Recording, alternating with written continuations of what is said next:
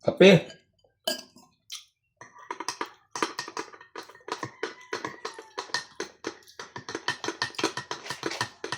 Muna say red rice coffee. Kani. Walay asukal.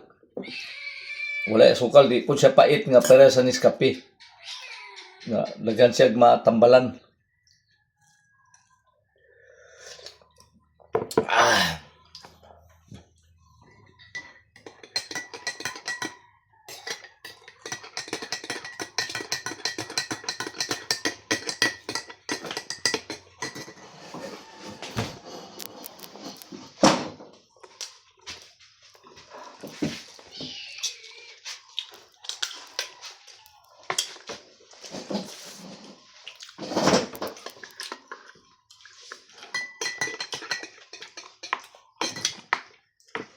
Red rice coffee with malunggay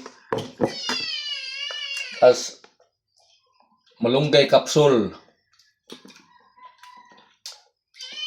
Morning nakatabang sa ako nga kolesterol nawala, tapos ang kidney failure nawala, nagnormal ang akong wa na ko'y bato sa kidney tungod lang aning malunggay capsule.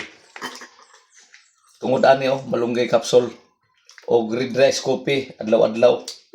Dako kay katabang. Kolesterol nawala. Bato sa kidney nawala. Kidney failure wala. Okay na kayo kaloy sa Dios tungod lang aning malunggay capsule o kining red rice coffee. Barato ra kayo. Walay chemicals ang tambal.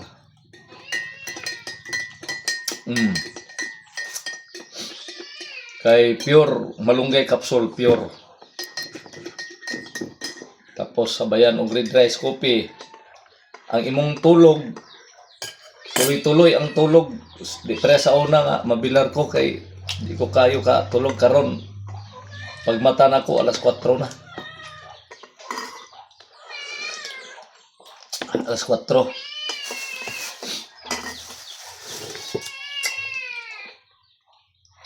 Unang pwede na ta kaon og mga ingani.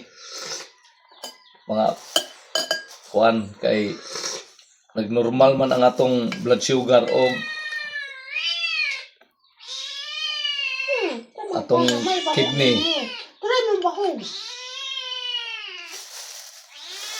Adlaw-adlaw ka mag kuan ani antioxidant ang kuan. Kani pag makainom ka niyo adlaw-adlaw ka magbawas